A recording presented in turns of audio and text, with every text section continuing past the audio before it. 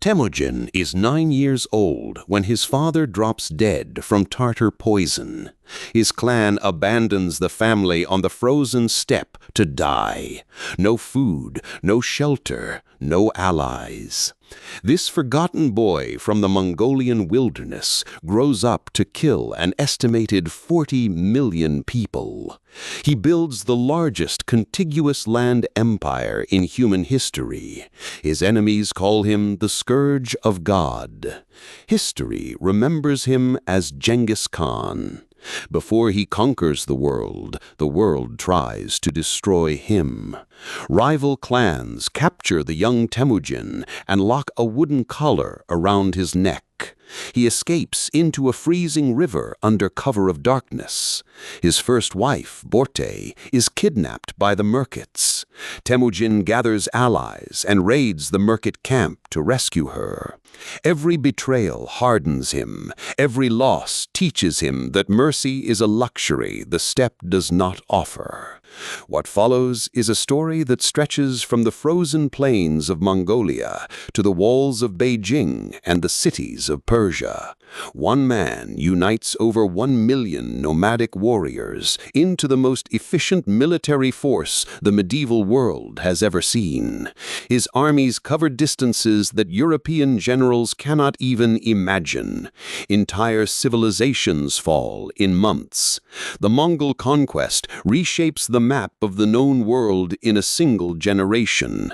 Temujin rises from slavery to supreme power through ruthless violence and brilliant strategy. Kingdoms that refuse to submit face total annihilation. Cities that resist are erased from the map, with every inhabitant killed. Yet the same empire that destroys millions also opens trade routes, establishes legal codes, and connects east to west. By the end, a kidnapped boy on the Mongolian steppe rules everything between the Pacific Ocean and the Caspian Sea. The Mongolian steppe is a vast and merciless landscape of grasslands, mountains, and desert. Dozens of nomadic tribes compete for grazing land and water. Blood feuds last for generations. Trust between clans barely exists. Temujin survives by forging alliances through loyalty and mutual benefit. He promotes warriors based on talent, not on bloodline. This breaks centuries of tribal tradition. In 1206, every Mongol tribe swears allegiance to him at a great assembly called a kurultai. At the kurultai, Temujin receives the title Genghis Khan. It means universal ruler. He reorganizes every aspect of Mongol society around war. The army operates on a decimal system. Units of 10 form hundreds, hundreds form thousands, thousands form tumens of 10,000 riders. Every soldier knows his exact position in the chain of command. Loyalty to the Khan replaces loyalty to the tribe. Genghis Khan forges not just an army, but a new nation. Mongol warriors train from childhood to ride and shoot. They can fire arrows accurately at full gallop. Each rider carries multiple horses and covers up to 100 kilometers per day. The Mongol army moves faster than any messenger can warn the next city. Feigned retreats draw enemies into ambushes. Siege engineers recruited from China bring catapults and gunpowder weapons. Psychological warfare terrifies populations before the army even arrives. Surrender means survival. Resistance means extinction. Genghis Khan turns his forces against the Jin dynasty of northern China. The Jin Empire is wealthy, fortified, and shielded by the Great Wall. In 1211, Mongol horsemen pour through mountain passes and shatter Jin defenses. Chinese siege techniques quickly become Mongol weapons. City after city falls.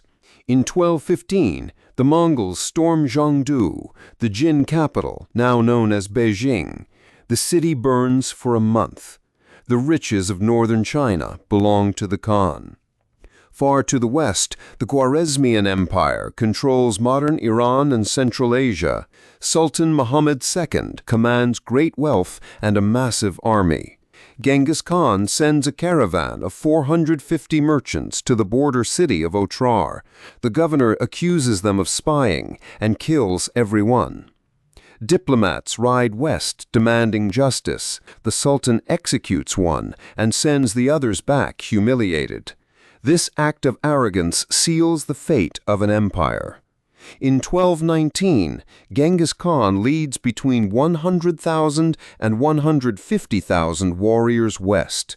The Mongol army splits into columns and attacks from several directions at once. Sultan Muhammad scatters his forces across dozens of garrison cities. It is a fatal mistake. The Mongols overwhelm each garrison one by one. Generals Jebe and Subutai execute flanking movements across hundreds of kilometers. No medieval army has ever coordinated attacks across such vast territory. The Khwarezmian defenses crumble across the empire. The great city of Bukhara falls first. Genghis Khan stands before its terrified citizens and declares himself the punishment of God. Samarkand surrenders after just 5 days of siege. Cities that resist face total destruction. The Mongols kill soldiers, scholars, and craftsmen without distinction. Rivers are diverted to flood the ruins until nothing remains. Entire populations vanish from the historical record.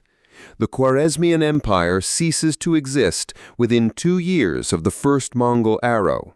Genghis Khan sends generals Jebe and Subutai with 20,000 riders to hunt the Sultan.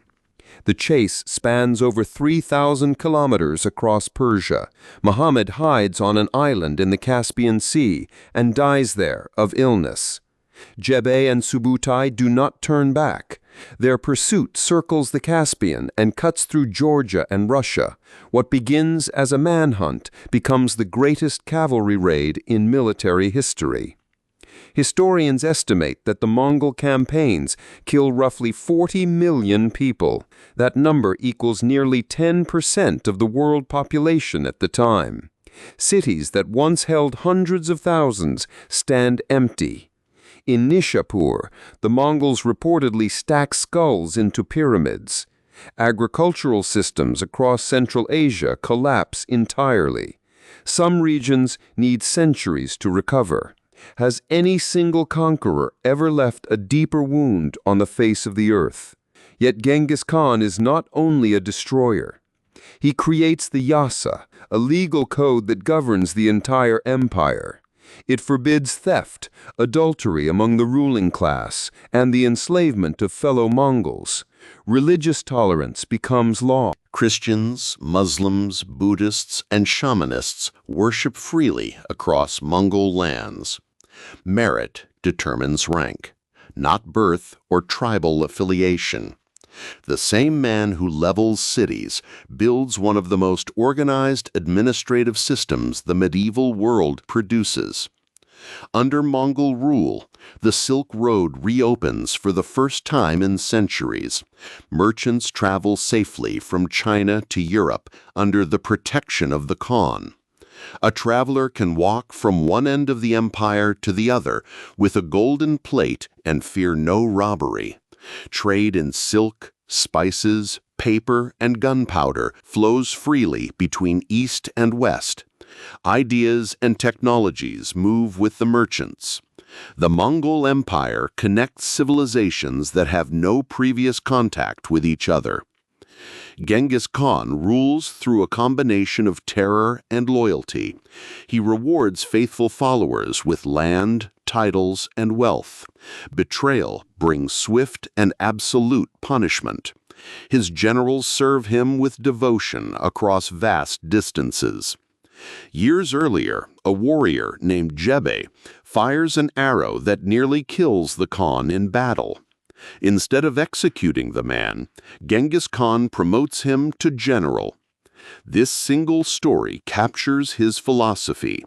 Loyalty given earns loyalty returned tenfold. In 1226, Genghis Khan launches his final campaign against the Western Xia Kingdom in northwestern China. He is over 60 years old. His body carries the scars of decades of war. During the campaign, he falls from his horse. His advisors urge him to rest. He refuses. Even in his final months, the conqueror cannot stop fighting. In August 1227, Genghis Khan dies in his camp. The exact cause remains a mystery that historians still debate. The Mongols hide his death until the Western Xia surrender. Every living creature along the funeral route is killed to guard the secret. Genghis Khan rests in an unmarked grave somewhere on the Mongolian steppe. Soldiers ride horses over the site to erase all traces. No one has ever found it. The conqueror who rules from the Pacific to the Caspian vanishes into the same grasslands that nearly till him as a boy. Before dying, Genghis Khan divides the empire among his 4 sons. Ogedai becomes the next great Khan and pushes the borders further west. Mongol armies invade Europe and reach Hungary and Poland in 1241. The empire continues growing without his founder. At its peak under later Khans, Mongol territory covers over 24 million square kilometers. It remains the largest contiguous land empire in human history. What kind of man builds something this vast from absolutely nothing? The lands Genghis Khan conquers never fully recover in his lifetime. Persia loses millions. Central Asian cities that once rivaled Baghdad in beauty lie in ruins. Irrigation systems destroyed by the Mongols turn fertile land into desert. China suffers enormous population loss during decades of Mongol invasion. Yet trade flourishes under the Pax Mongolica. Merchants and scholars travel safely from Beijing to Venice. How does the same empire that devastates civilizations also connect them? Genghis Khan begins life as a starving outcast on the steppe. He ends it as ruler of everything from the Pacific to the Caspian. No rise to power in history matches this scale. The man cannot read or write. His first encounter with a city ends in fire. Yet he builds legal codes and trade networks that outlast him by centuries. The contradiction at the core of his legacy resists easy answers. Modern genetic studies reveal that roughly 16 million men alive today carry DNA linked to Genghis Khan. His bloodline spreads across Asia, the Middle East, and Europe. The Mongol postal system he creates inspires communication networks for centuries. Religious tolerance he mandates influences later empires. Modern borders in Central Asia trace back to Mongol administrative divisions. His legacy is not simply destruction, it is the violent reshaping of the entire medieval world. Today, Mongolia honors Genghis Khan as the father of the nation. His face appears on currency, statues, and stamps. A 40-meter steel statue on horseback towers over the countryside near Ulaanbaatar. In the Islamic world in Eastern Europe, his name still evokes terror. Persians remember him as a bringer of apocalypse. Russians call the era the Tartar yoke.